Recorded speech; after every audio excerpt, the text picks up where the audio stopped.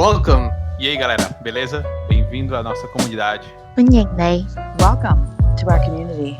Hey, what's going on, guys? It's OGC here. Welcome to today's video. Today we're going to look at some epic PvP replays from yesterday's Clash of Fate. When we went up against the house, we unfortunately lost. So in today's replays, we're actually going to see a lot of humans, which is awesome. I'm hoping that humans come back. We're going to have StrappedBob, we're going to have SuperCorn, and we're going to kick everything off, though, with Ivan. So Ivan has an Onyx Dragon. It looks like this Onyx Dragon... It's a pretty good Onyx Dragon. He's missing two major skills. He's almost maxed out in two different Dragonics, so it's a pretty decent Onyx Dragon. And he's going up against somebody. So these guys are about equal as far as Dragonic. The Stealth players, Azul has better skills. But when we look at like the tail of the tape, the stats and everything involved, it's pretty clear that the enemy has a True Ruby Nora, and the enemy won in both Magic and Might. Ivan was able to win in Stamina and Command. So let's go jump in and let's see how the humans did going up against the Sylph Overlords. So as you can see, it looks like the Sylph player has their power side on the top, which is going to probably be our main focus. See how they break through, if they can break through. So their Denji went to the outside, but it didn't wrap all the way around into the back. Both dragons kind of come up. Ivan does the targeting on the Azul Dragon, and the Sylph player starts to put down, it looks like the Clash of Fate set Raxius to stun up the archers in the top, which is super annoying for Ivan. But Ivan's starting to get the moral boost now. He does a quick little resurrection to kind of tie everything up. He is able to take down the Azul Dragon. That is a big deal for him. And it looks like his Dragon's doing fine on the top. He's getting more moral boosts up there. And it looks like the Sylph player is doing a decent job stalling on the bottom area. But his power side kind of came grinding to a halt. He still has his Ophidius and his Nora up for now.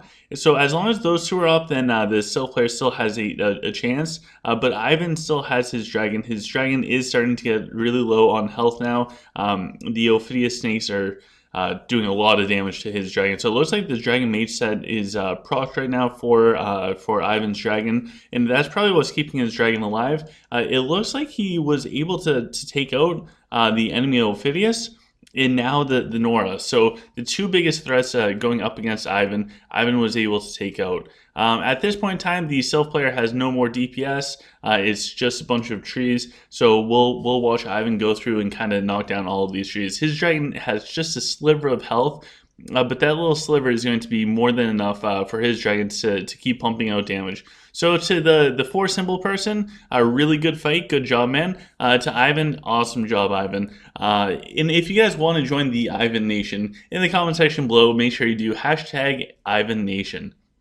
Plus, this is awesome. We're finally seeing some human PvP stuff again. I don't know about you guys. I miss it. The Sylph and Dwarf is just so boring for me to watch. But that's just me. I like humans. I don't know if I'll go back there, though. Anyways, good fight, you two. Off to the next one. So for this next fight, we're going to be looking at StrappedBob. He's going up against a 4 symbol person. So StrappedBob has he's running an Onyx Dragon, and it looks like it's a really good Onyx Dragon. It looks like a perfect legendary one. The person he's going up against has an Azul Dragon, which it looks like a perfect Azul legendary dragon as well. They're about equal when it comes to the Dragonic. And it looks like StrappedBob was able to win in both Stamina and Command, giving him more health and faster attack. The enemy Sylph player won in both Might and Magic. Now, StrappedBob does have the True Ruby now. Super jealous. Happy that he has it. Totally jealous. So both players have the True Ruby on Nora.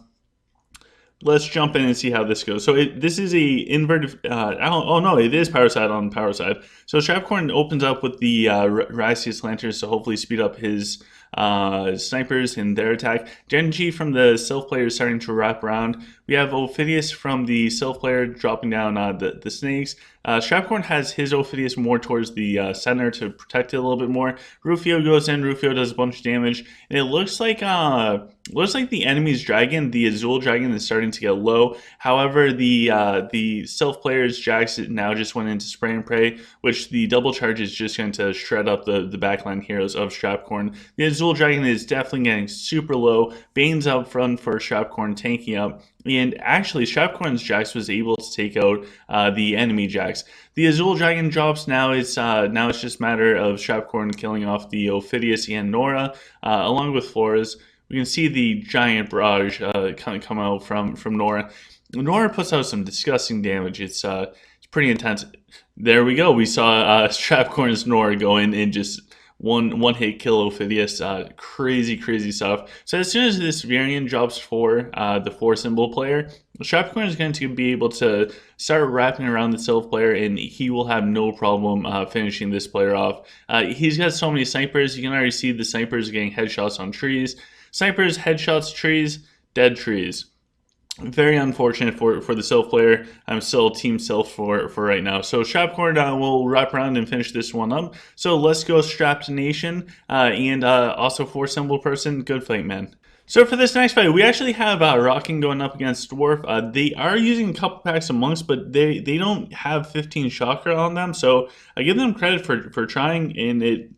Yeah, I think if you are going to go with the monks, you definitely need the 15 chakra.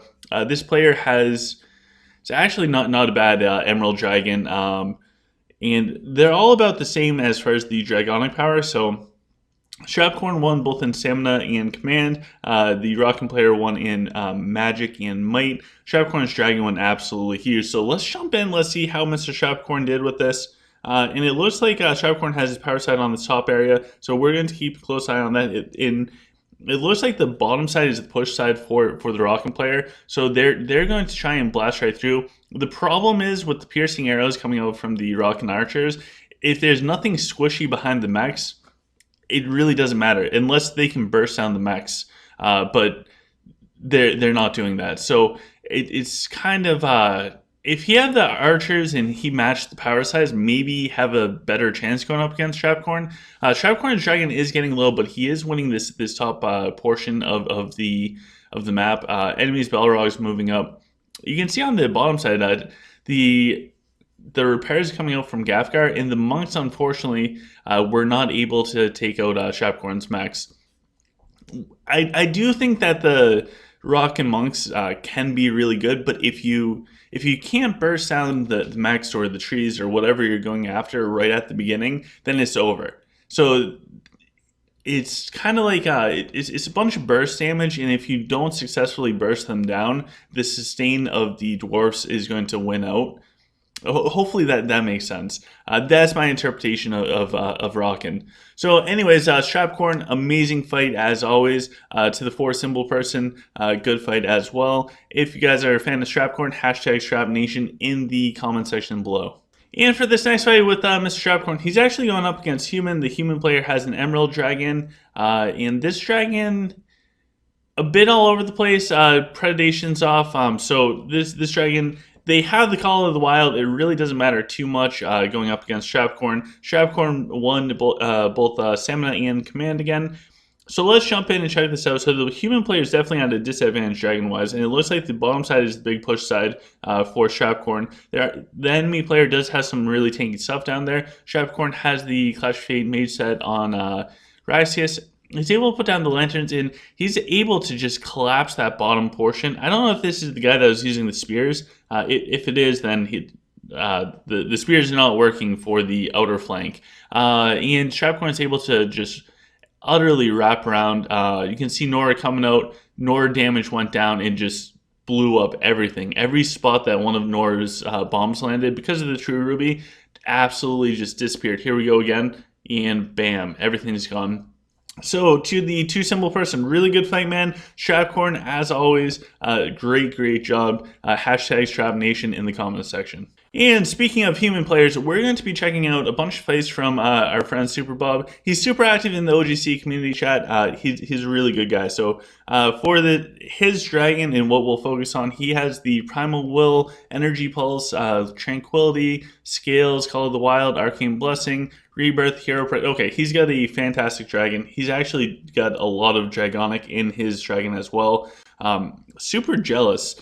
So when we look at the Azul dragon of the enemy player, it looks like a decent Azul dragon, and this guy actually has pretty good Dragonic as well. So this is human going up against Dwarf, and it looks like SuperBob won in all stats except for Might. SuperBob's Nora went absolutely huge. We can take a peek at his Nora because if you guys want to duplicate and get like a really good Nora going, SuperBob has the answer to that. So you can either use this artifact, there is the other bow artifact, but let's jump in, let's see this. I kind of want to keep an eye on this Nora so that I can complain that I don't have a true ruby yet. And it looks like, so it's on this bottom portion, you can see the blast coming out from Nora. It is utterly insane. Just insane at how fast Nora is melting the max, and she doesn't even have on the mech weapon. Oh man, SuperBob, please let me borrow your Nora. Then I might be good. Anyways, the dwarf player has targeting down on the Emerald Dragon. Confused by that, but that is okay. Generally speaking, guys, if it's an Emerald Dragon, unless it's pumping out a ton of damage, they're relatively hard to kill, and they don't do much besides the Call of the Wild. So I would ignore them and take out one side before worrying about the dragon, especially as dwarf. Like this guy's got enough to worry about. Anyway, SuperBob is able to blast a hole in the center of the dwarf line. There's one more pack max that's about to go down over there. SuperBob is super protected. His dragon does do a really good job of healing up the troops and protecting them. On the bottom portion, his archers now moving on to the max. With the new buff that's coming out, that's going to buff up the dire archers. They're just going to shred things up even more so.